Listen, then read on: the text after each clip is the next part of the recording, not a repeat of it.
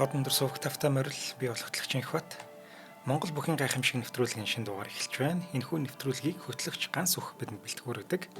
Өнөөдрийн дугаарыг эко үйлдэлийг ногоон оноогоор, ногоон оноо байгаль төрийн бас байгууллага болон аюулгүй байдлын төлөө хамттай барайтай Forward Motors ивент итгэж байгаа. Нэвтрүүлэг та бүхэнд YouTube-ийн од өндөр сувгаар болон NTV телевизээр мөн 83.3 107 хастэлгооны од өндөр радиогоор хүрч байна. За өдрийн мэнд ганашаа. За өдрийн мэнд хүргэе. За энэ удаагийн дугаар дээр хэдүүлээ Монголын нууц товчооны 750 жилийн даншиг наадмын талаар ярина. Энэ бас маш сонирхолтой 20 дугаар зуунд болж исэн наадам. За 1990 он Дэлхийд даяар социалист систем задран унаж ардчлалын салхи Монгол улсад хэдийнэ сэвэлзээд эхэлсэн байлаа. Монголын залуус нэг намын тогтолцоо, нэг хүнийг дахин шүтэх хүслийг шүүмжлэн төв талбай дээрээ намын төв орооны улс төрийн товчоог бүрэн бүрэлдэхүүнээр огцруулахыг шаарддаг. Энэ тэмцлэн сүүлдээ өлсгөлэн болон ширүүсдэг. Энэ үед Монгол улс иргэний дайн руу гулсах уу эсвэл ардчлал руу алхах уу гэдэг замын уулзуур төр байсан. Яриа хэлцээрийн үр дүнд талуу зөвшөөрлөл хүрч намын төв орооны улс төрийн товчоо бүрэн бүрэлдэхүүнээр огцрох болж тэрхүү улс төрийн өлсгөлөн зогссон юм аа.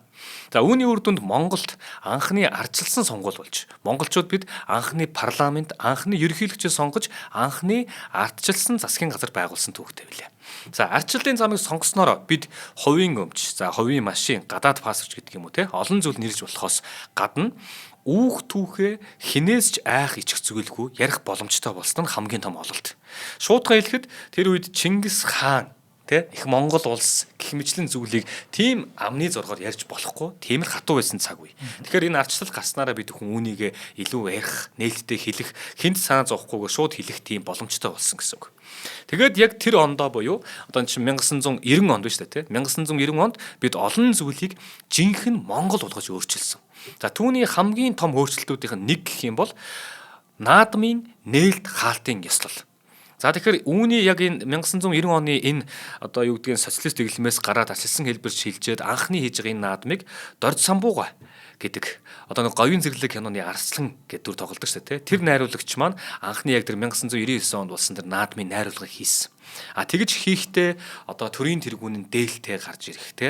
Тэгээд цагаан хевсэн дээгүүр одоо алхах. Одоо нөгөө нэг хуучин бол наадмыг тойроод ийм улаан тугууд мугуудтай те иймэрхүү байдаг байсан бол 9 хөл цагаан тугаа залах. Гэх мэтчлэн энэ одоогийн одоо наадмын тэр найруулгын дэг ёсыг тэр хүн тэнд тогтоож өгсөн.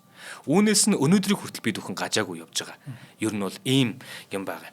Тэр ч утгаараа 1990 оны улсын баяр наадам онцгой сайхан болж өнгөрсөн. За тэгээд саяны хэлж байгаагаар магадгүй та бүхэн маань бас анзаарах юм бол 1980-ад оны сүүлч үе гэж яхад Улаанбаатар хотод дээлтэй явж исэн хүмүүсийг бараг хөдөөний хүн гэж хардаг байсан. Тийм цаг үе. Тэгээд улс төрийн удирдлагууд нь бүгдээрээ дээл биш одоо нэг хослолыг голцоо өмсдөг тий. Хүлээ авалт мавалт нэг тийм байдаг штэ. Гэтэл 1990 онд бид нар нөгөө нэг арчлалтаа золгосноороо одоо тэр анхны ерөнхийлөгч маань дээлтэйгээ гарч ирдэг. Тэгээд энэ дөрвөн талдаа малгай өмсч гарч ирсэн. Та санаж байна уу? Тэ нөгөө нэг нефт дээр ягаад ингээд нэг дээлийг ингээд тосоор ингэдэг штэ. Гэх мэтчлэн ингээд ерөнхийдөө дээлтэй гарч ирээд дээлийг уламжлалт төрийн юм өсрөлийн арга хэмжээнд өмсдөг ч гэдэг юм уу. Иймэрхүү юм эргэж орж ирсэн байгаа.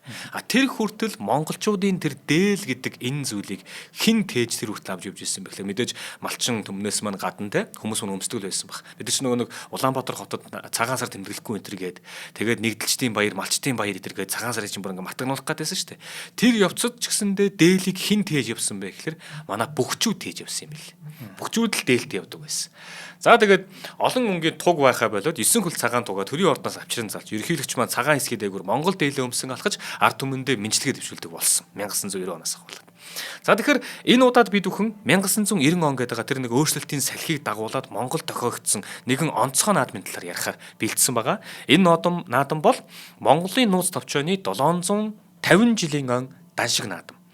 За тэгэхээр Монголын нууц товчооны 282 дугаар зүйлд их хуралдаа хурж хулган жил, хуран сард хэрлэний хөдөө арлын 7 болдог шилхэнцэг хоёрын зуур ордос бууж бүхийд Монголын нус товчоонг бичиж дуусгах хэмээн гардаг. Тэгэхээр 750 жилийн даншиг наадам яг тэрхүү газар нь тэмдэглэн өнгөрүүлэхээр шийдвэр гарсан буюу тэр нөгөө нэг хэрлэнгийн хөдөө арал гэдэг гоц энд нь очиж бүр тэмдэглэнэ гэсэн.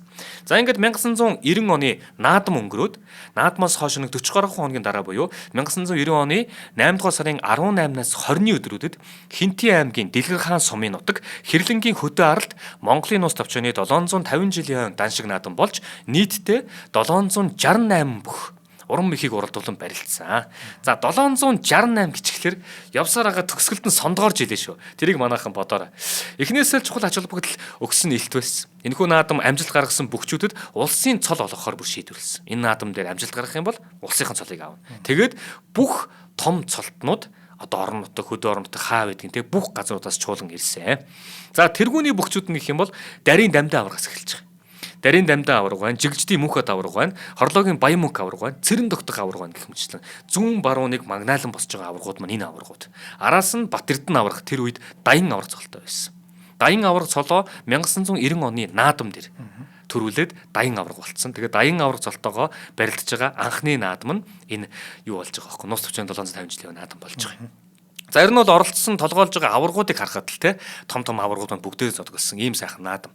Наадамд ёстой л Монгол орны 4 зүг 8 зогсоос наадамчин олон цугласан нийжгэр наадам болсон байна. За тэгээд тэр жил нөгөө нэг улсын цол олгоно гэд хэлчихэнгууд л маш олон шин цолтнууд төрөн гарсан байдаг юм байна. За тэдгээрээс эхлэх юм бол шин начин цолтнууд маш их төрөн гарсан. За 10 даваатай наадмаас олон начин төрөх нь аргагүй. Энэ наадмаас нийтдээ 10 начин цолтон гарсан байгаа. За нэг нь гэх юм бол 6 давж Монгол улсын өсөг өдөр начин болон хүртсэн байдаг. Тэгэхээр 10 начин төрсөн. Тэр 10-ын нэг нь өсөг өдөр начин болон дараагийн даваанд бас давж гарч ирсэн гэсэн. За энэ өсөг өдөр начин болсон начны хувьд болохоор чогжин мүнслийн даваа дорж гэдэг агсан. За энэ хүн болохоор цэргийн арслан цолтой барилдаад тэгээд 5-ын даваанд долгор сүрэн зааныг даваад начин цолын босгоо алгасан. Ингээд улсын начин болсон байна. Улмаар 6-гийн даваанд улсын заан амгааг өвдөг шороодуулаад өсөг өдөр начин цолтой болсон. Харин 7-гийн даваанд дархан авраг хорлоогийн баян мөнгөд унсан байдаг. За энэ чогжин мүнслийн даваа дорж гэдэг агсан байгаас те энэ хүн байгоц. Энэ хүн болохоор 1994 оны наадамд 5 даван шөнгөрч одоо 90 онд чинь начин өсгөдөр начин болсон байна шүү дээ. Тэгэхээр 94 оны наадам дээр 5 даван шөвгөрч начин цолоо баталж исэн. Харин 2004 онд ерөнхийлөгчийн зарилгаар Монгол улсын харцаг цолыг хүртсэн байдаг. Энэ яаж байгаа гэхээр 2003 оноос хойш 6 давсан бүгчүүдэд улсын харцаг гэдэг цол олгож эхэлсэн болохоор түүнээс өмнө 6 давж начин цол хүртсэн бүгчүүдэд харцаг цолыг нь бүгдд нь нөхөн олгоход энэ хүн харцаг гэдэг цолыг авсан байгаа. За хоёлаа энэ талаар зөндөө ярьдаг. Өмнө нь авраг цолны болцол хангачаад арслантайгаа хിവэрэ байсан бол бид нөхөж өгөх ёстой гэдээ хоёлаа зөндөө ярьдаг тийм үү? Тэгээ харцгуудад өгчөөд арсланд өгч өгөхгүй байж болохгүй байна. Тийм чи яг адилхан байх ёстой. Тэгшүүслэх ёстой. За тэгэхээр одоо даваа дорж харцах юм маань тий сайн одоо даваа дорж маань хацаг болчих шүү дээ энэ хүн тий. За одоо энэс маш гоё юм үргэлжлэх нь даваа дорж харцах юм маань хүү төрсөн хүн одоо Монгол улсын гавьяа тамирчин гэдэг баха би сайн санахгүй. Гэхдээ даваа доржийн төмөр хүлэг буюу Монгол улсынхаа нэрийг дэлхийд цөөрөдүүлсэн жудоогийн шилэг тамирчин. Оо тийм. Ааха. Тэрээр 2012 оны Лондонгийн олимпийн их наадам, за 2016 оны Риогийн зуны олимпийн наадамд эх орон төлөөлөн оролцсон жудоогийн тамирчин. Мөн дээрээс нь 2013 оны Аз ТV-ийн авах шалгалт жудоо бүхийн тэмцээний 66 кг-ийн жинд алтан медаль, 2014 онд Бүгд найрамд Солонгос улсын Энчон хотод зохиогдсон Азийн зуны спортын 17 дугаар наадмын жудоо бүхийн 66 кг-ийн жинд алтан медаль хүртсэн. Жудоо бүхийн олон улсын тэмцээнээс олон алт мөнгө хөрөл медалууд хүртэж байсан. Мөн самб бүхийн дэлхийн авраг тамирчин. Одоо цаг үед бол ялагдал гэчиг мартаад байгаа олимпийн хошин авраг, дэлхийн 4 удаагийн авраг, Японы алдарт нөгөө Абе Хифуми гэж байдаг шүү дээ, тэ. Энэ аврагыг 2015 онд Улаанбаатарын Гран-при тэмцээнд цэвэр ялж төрүүлж байсан. Ийм домогт бүх. Тэгэхээр энэ хүний аав нь тэр нөгөө нэг 750 жилийн наадмаар тэ өсөг өдөр начин гэдэг цолыг хүртжсэн энэ харцаг маань юм байна. За түүний амжилтыг бол одоо 2021 онд үнэлээд Монгол улсын гавьяа тамирчин цолыг олгосон байдаг. Нэрээ төмөр хүлэгт. Тэгэхээр даваа доржийн төмөр хүлэг бол энэ даваа дорж гэдэг байгаа Монгол улсын хацгын хүү юм байна шүү. Тэгэхээр энэ даваа дорж байгаа бол тэр нуус авчааны 750 жилийн ойгоор өсөг өдөр начин цолонд хүрч исэн ийм хүү юм байна. За ошоо цаашаага наадамтайгаа холбоотой маш гоё сонирхолтой баримтуудыг дурд нь хоёлаа. Хамтран ажиллаж ярьж. За тийм. За Forward Motors өнөөдрийн дугаарыг ивент итгэж байгаа. За тэд 1999 оноос хойш одоо 27 дахь жилдээ Япон автомашины сэлбэг засварын янтаа салбарт үйл ажиллагаагаа явуулж байгаа. За хариуцлагатай одоо тууштай ажилласны үр дүнд Япон улсын нэр хүндтэй 8 корпорацийн албан ёсны дистрибьютор болсон байгаа юм байна. За Японы одоо компанитай ингэж хамтарч ажиллана гэдэг бол үнэхээр хэцүү. Хариуцлага, тууштай байдал юу гэдэг нь те тэр бүгдийг шаарддаг бол форвардынхан маань бүр 88 корпорацтай энэ гэрээ хийж чадсан байх нь. За тэгэхээр тэднийхтэй ямар одоо чанартай үйлчлэгээ үзүүлдэг вэ гэдэг энэ чинээс тод харагдаж байгаа бах. За тэд сэлбэг борлуулагчид авто засварын газруудтай хамтран ажиллахад нээлттэй байгаа юм байна. За бүр урилга явуулж байгаа. За Forward Motors танд зөвхөн авто сэлбэг бус аюулгүй байдал, ихтгэлцэл хамгаалтыг санал болгодог. За тэдэнтэй холбогдох утасны дугаар 7510 Тэц 3-ын чанга хойно тэдний засварын төв оффисд байрлаж байгаа. Тэнцээ очиод бас уулзах боломжтой юм байна. За баярлалаа. За баярлалаа. За тэгэхээр Монголын нууц товчооны 750 жилийн он энэ даншиг наадам 1990 онд болсон. Сая тэгээд 10 начин төрсөн гэж штэ тий. Нэг нь гэхэд өсгөдөр начин болсон. Түүнийхэн талаар болон түүний хүүхдийн талаар дурдлаа. А нөгөө 9 начин хийн гэхээр Доёдын Бадрах. За Чимдийн Батбаатар, Дэлээ базрын Сүхбат, Шарвын Дорж дамб, Гарамжавын Ганхүү, Бигд сүрэнгийн Цингэл сүрэн, Даваагийн Гамболд, Нэмжавын Мөнх жаргал. За Үлзийн Сумья гэсэн ийм хүмүүс тэр жилийн наадмаар тэр 750 жилийн онд ажиг наадмаар начин цолтод хүрчээ. За энэхүү даншиг наадамд Монгол улсын 2 заан цолтон төрсөн. За 2 заан цолтон өөрсдийн дүү нараа сөөлжлөн авч начин цолтон болгосон. Сая тэр дунд байгаац Үлзийн Сумья, Чимдийн Батбаатар гэж байгаа юм заяа. За Монгол улсын заан Үлзийн Тулгаа гэж хүн байдаг. За үнэхээр гоё би хаата. Энэ хүний талаар би Монгол бүхэн гайхамшигтэр бэлдэх гэж зохиолчтойгоо ярилцаад л байгаа. Ер нь жоохон материал энэ баг байдаг юм бэлээ. Манайхан хэрвээ одмон дээр сувгийнхаа пэйжийг дагдаг бол те бас холбогдоод энэ хүний талаар мэдээлэл өгвөл маш сайн шүү. Яг тийм баг байдаг гэдэг тэр нэг юм хэлчихэ. Монголчууд маш харамч. Өөрсдөндөө байгаа тэр алдарцуутай тэр хүмүүсийн мэдээллийг гоё ингээд олон дэлгээд тий интернет дээр нээлттэй байлгаад нь мэдлэг мэдээлэл гэдэг чинь үнэгүй байх хэрэгтэй шүү дээ. Тийм шүү дээ. Тэрийг ингээд хуваалцдаг байхгүй. Сүүлийн үед аваа гайгүй болж байна гинэ. Манайгаар нөө чимгээхэн орсон шүү дээ. Тэгээд ингээд одоо датагаа ингэ цуглуулах гэхээр Монголд үнэхээр хэцүү ингээд харамж байсан. Тэгээ сүүлийн үед гайгүй болж байгаа гэдээ яг мэрэгжлийн хүн хэлж байлаа. Чимээгийн систем тий. Тэгэхээр ер нь ингээ гоё мэдээлэлүүд гоё хуваалцъя л та. Чи нээлттэй тавил та. Одоо таны аавар ч юм уу таны хүүгээр ингээ гоё бахарах гэдэг. Гэтэл мэдээлэл нь байхгүй тийм юмнэр ч бахархаж чадахгүй шүү дээ тий. Бидэнд бол юм наалдахгүй шүү дээ уул. За саяны дурддаг энэ Үлзийн Тулгаа гэдэг байгаа. Энэ хүн бол үнэхээр юм гоё би хаатай. Би зургийг нь хараад бүр гэмээр заяа үнэхээр гоё би хаатай бүх байсан. За тэгээд энэ хүн Монгол улсын заан Үлзийн Тулгаа 5-ын даваанд яг энэ Монголын нууц төвчийн 750 жилийн даншиг наадмын 5-ын даваан дээр Чимдийн Батбаатарыг авсан байгаа. Тэгээд өвдөг шороодоод Чимдийн Батбаатар нь начин цалд хүрсэн заяа. Тэгсэн чинь улсын заан Чимдийнхэн 30 сүрэн гэдэг нь болохоор 5-ын даваанд Үлзийн Сумьяг нь аваад өвдөг шороодоод начны босго алхуулсан буюу за сая Чимдийн Батбаатар болон Үлзийн Сумья нар тэр жил начин болсон байх нэ. Даваалсан сонирхолтой статистик. За шинээр заан цолтон төрсөн энэ даншиг наадмаар энэ наадмаар 2 сайхан заан цолтон төрсөн байгаа. Хэдий бидний дунд байхгүй ч гэсэндээ эргэн дуусахад таатай байна. За Увс аймгийн Наранбулаг сумын харьяат Монгол улсын заан Санжжавын Сүхбаатар гэсэн. За 750 жилийн даншиг наадмаар одоо Монгол улсын заан цолонд хүрсэн байдаг. За энэ хүн бол 1987 онд улсын начин цол хүртсэн. Тэрээр одоо яг энэхүү 1990 онд болсон энэ даншиг наадмаар 5-ын даваанд улсын начин Болдбаатарыг давсан, 6-гийн даваанд улсын заан Даваа нэмийг даваад, 7-гийн даваанд улсын арслан Ганбаатарыг давж улсын заан цолонд хүрсэн байдаг. Тэгэхээр Сүхбаатар заан чөхөчлөө түүхийн сайн тамирчин байснаас гадна онцгой сайхан гараа дэвээтэй бүх байсныг нь манай бүх сонирхчид маш сайхнаар дурсан сандаг аа. Санжжавын Сүхбаатар гэсэн тийм Монгол улсын заан. Нөгөө заан болсон бүх нь болохоор Өвөрхангай аймгийн Санд сумын уугуул улсын заан Дашцэвгийн Эрдэнэбат хэмээх хүн байгаа. 1988 онд Цэргийн Арслан одоо Бямбат орчтой тонон барилдаж улсын начин гэдэг цолыг авч ирсэн. За 1990 оны Монголын нууц товчны 750 жилийн даншиг наадам 5-ын даваанд тухайн үед улсын начин цолтой байсан Хэшиг Доржиг, за 6-гийн даваанд мөн л тухайн үед улсын начин байсан Гэлгийн Намсраа Жавыг.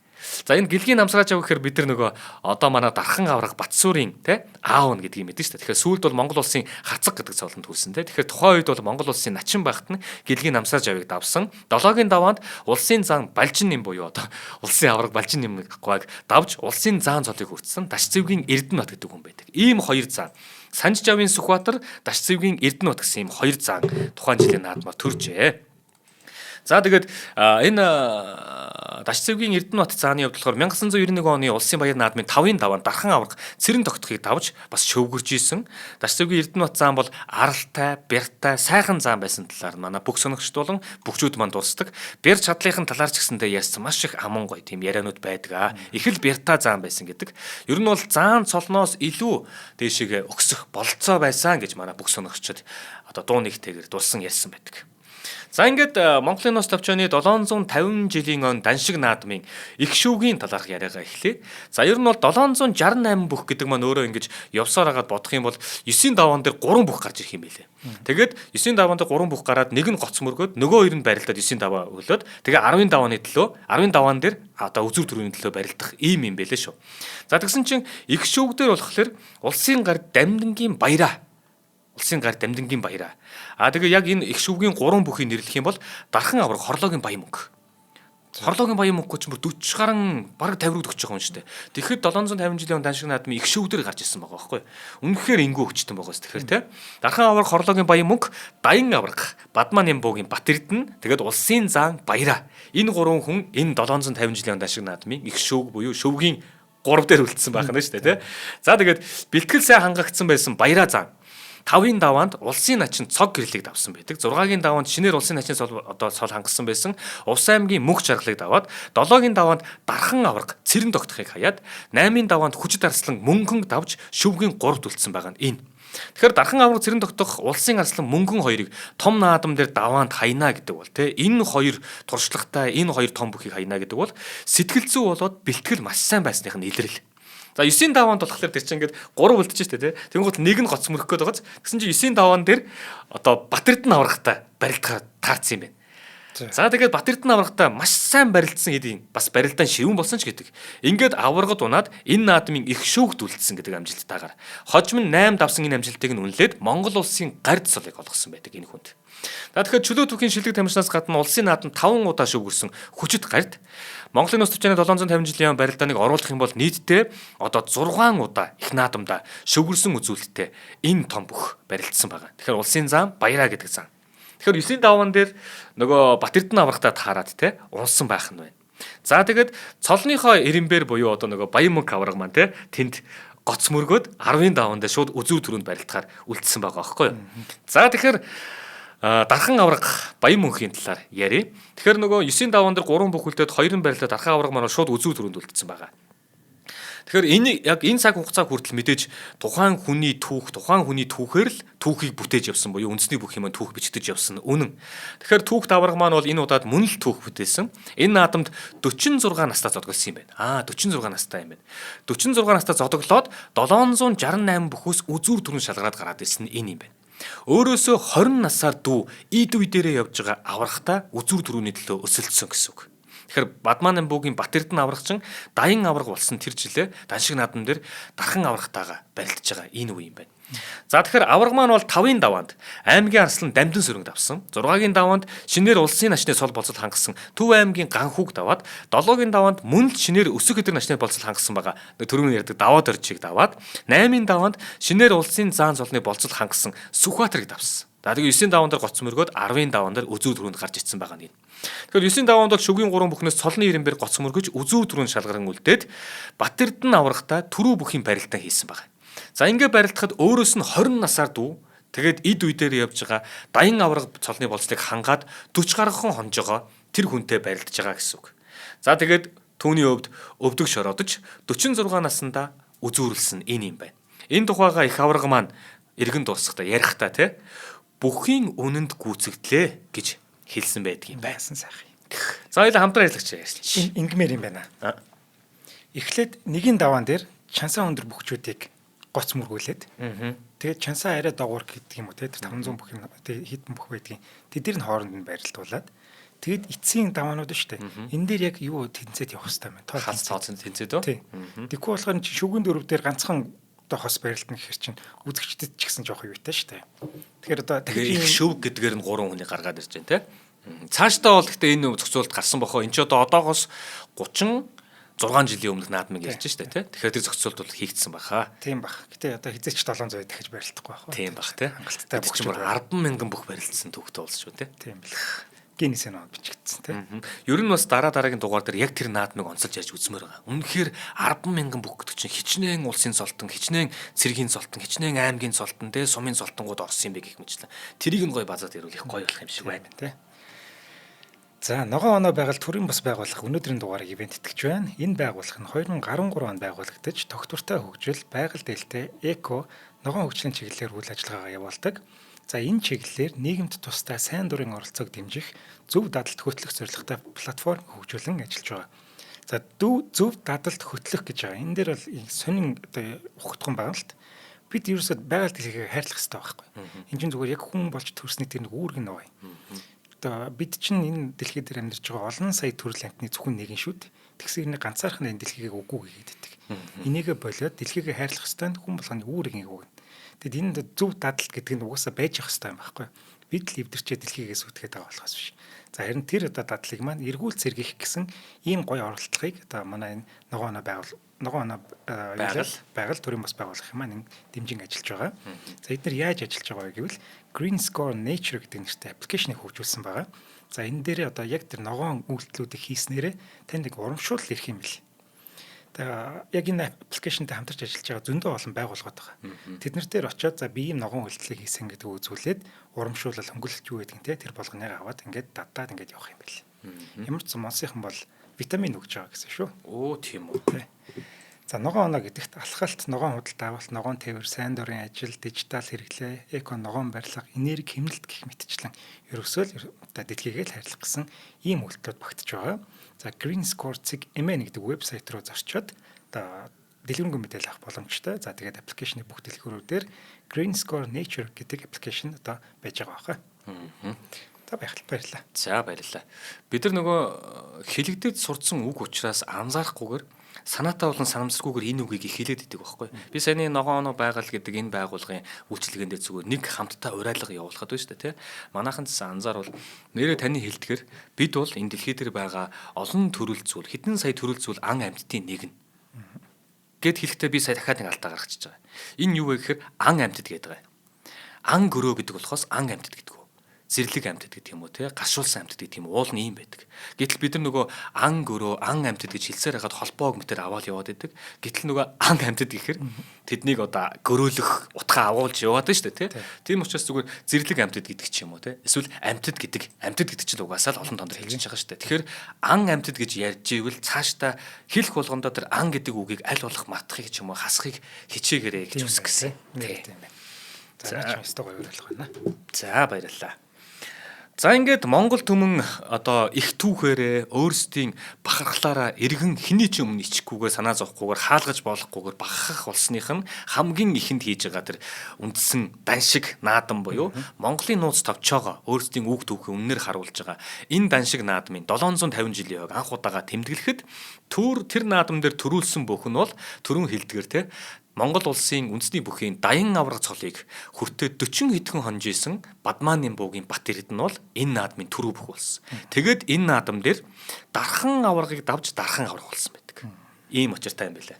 За 1990 оны ардын хувьсгалын 69 жилийн баяр наадам төрүүлээд Монгол улсын Даян авраг цол хүртсэн байсан. Сар гаруухныхаа дараа дахин том наадам төрүүлж ер нь бол энэ бол тийм дахиж тохиолдоод ахаар ийм сонь тохиолдол байгаа байхгүй. Дархан авраг цолыг хүртсэн.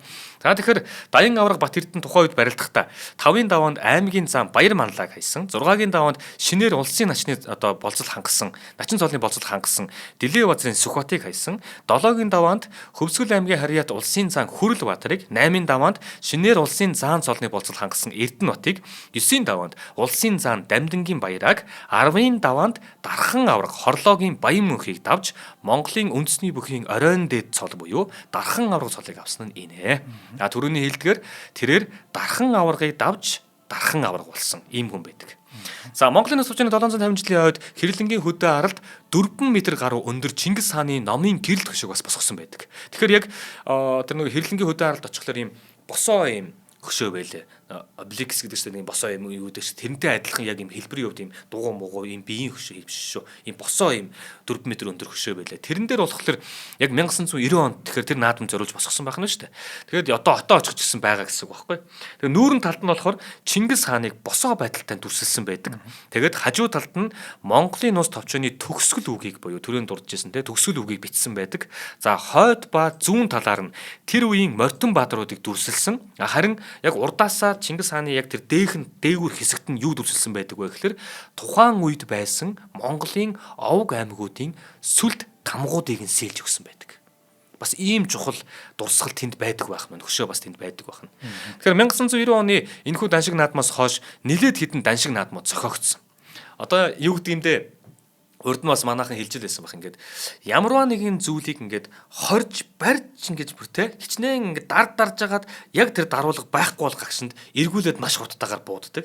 Эхний тэр гарч байгаа гараан дээр бид нар жоохон туйлширч гад идэг юм байна. Хүн жишээлбэл одоо ингээд хорж байгаа дингэн гуталтай Чингис хаантай холбоотой төрөл бүрийн юмыг хийгээд ингээд бүр ингээд хамаг одоо аяга юу байдгийг бүх шошгуудын дээр нь ингээд тавьж маваач гэдэг юм ингээд яг эргээд буудахтаа маш хурдтайгаар ингээд туйлширч гад байдаг.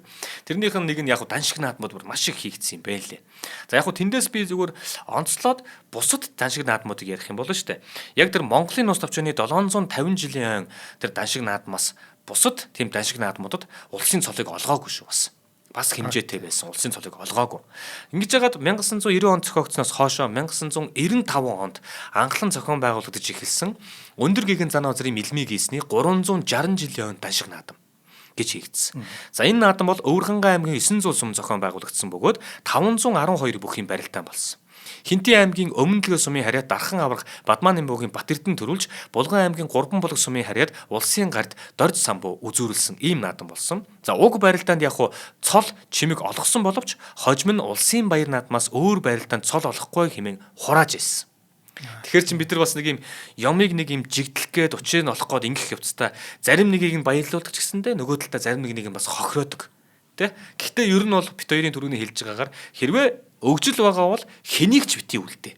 А хэрвээ хоржил байгаа бол түнд хамааралтай бүх хүмүүсийг одоо ингэхээс арга байхгүй, өвдөхөөс арга байхгүй.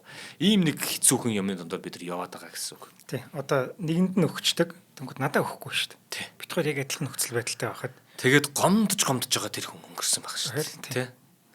За тэгэхээр Монголын анх дугаар богд өндөр гэгэн зан озрын мэлмий гисний 380 жилийн ойг тохиолдуулаад Монголын бурхан шашны сүм хийдүүд нийслэлийн засаг дарганы тамгын газартай хамтран зохион байгуулж хүрээ цам даншиг наадмыг анх 2015 онд зохион байгуулсан. Тэгэхээр 95 онд зохион байгуулагдсан чинь 360 жилийн ой гэж хэлсэн шүү дээ тий. Тэгэхээр одоо яг одоо юу гэдгийг төр засаг нийслэлийн засаг дарганы тамгын газартай хамтран зохион байгуулсан нь бол 2015 оноос гэж бүртгэж явах юм биш үү?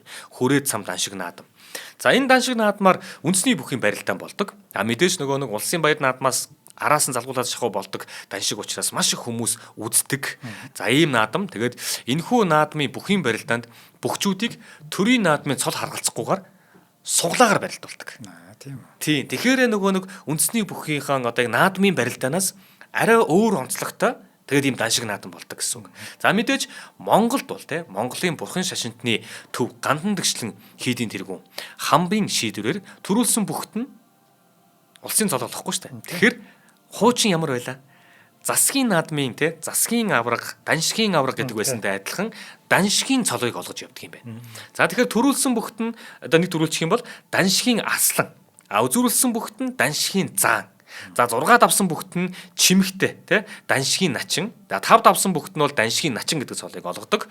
Тэгээд ингээд бас тус үнэмлэх болон тэмдгийг гардуулж явах тийм шийдвэр гарсан. Ингээд тэгэхээр манайхан үндэсний бүхөөрөө одоо ингээд үндэснийхээ бүхийн улсын цолоо хүртгэхээс гадна даншигыг одоо бас цол олгодог, даншигын цол олгодгийг 2015 оноос хойш шийдвэр гаргаад ингээд явсан байдаг юм байна. Гэхдээ энэхүү цол нь зөвхөн нөгөө нэг даншиг хүрээ цам наадам дээр л хүчин төгөлдөр үйлчилнэ. Улсын наадамдаа бол үйлчлэхгүй гэдгийг бол цаг сайхан гэж ангил тогтоож өгсөн байдаг. Бүгчүүд нь ч тэр үндэсний бүхий холбоонч тэр наадамч олонч тэр энийг одоо хүлээн зөвшөөрсөн байдаг. За энэхүү хүрээ зам даншиг наадамд улсын аслан Пүрв давг 4 дараалан төрүүлсэн. Оо тийм үү. Тийм. Тэгэхээр энэ хүн бол даншигын дархан авраг золтой хүн. Одоо Гэхдээ улсын наадам дээр болохоор те улсын арслан байгаад идэг.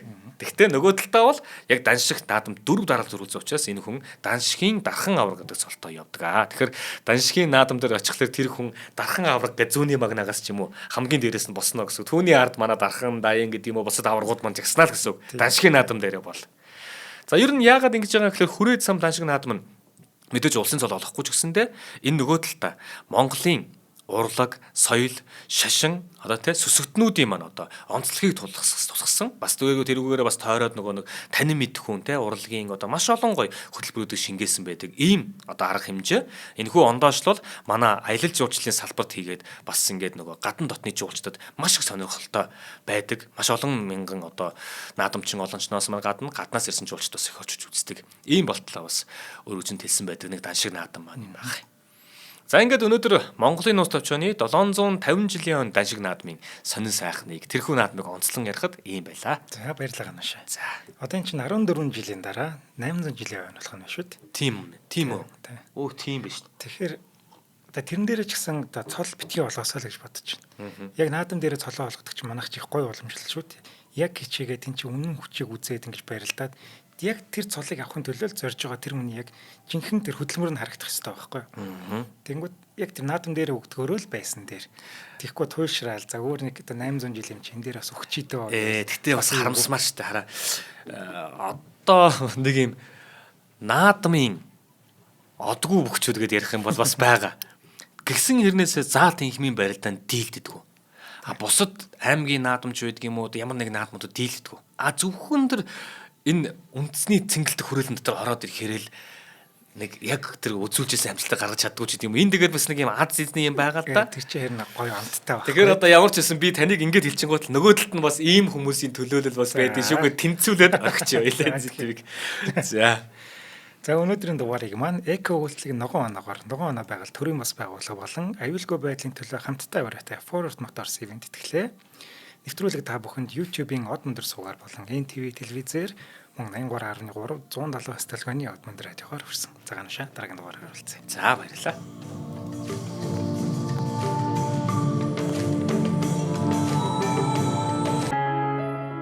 Нэвтрүүлгийг хүлээн авсан Нарны аймгийн монголчуудтай баярлалаа. Од мөндөр сувг нь энэ мэдчлэн таны мэдхүй мянган нэвтрүүлгийг 2026 оны 7 сарын 1 хүртэл та бүхэндээ хүргэх юм. Их хэлээрээ шинжлэх ухаан танин мэдхүйг түгээхийн үлсэд нэгтгэх хүсвэл та бидэнд хандив өгөх боломжтой. Жилдээ ганцхан удаа 100,000 төгрөгөөр биднийг дэмжснээр шинжлэх ухаан танин мэдхүйг түгээх энэ үйл хэрэг амжилттай үргэлжлэх юм.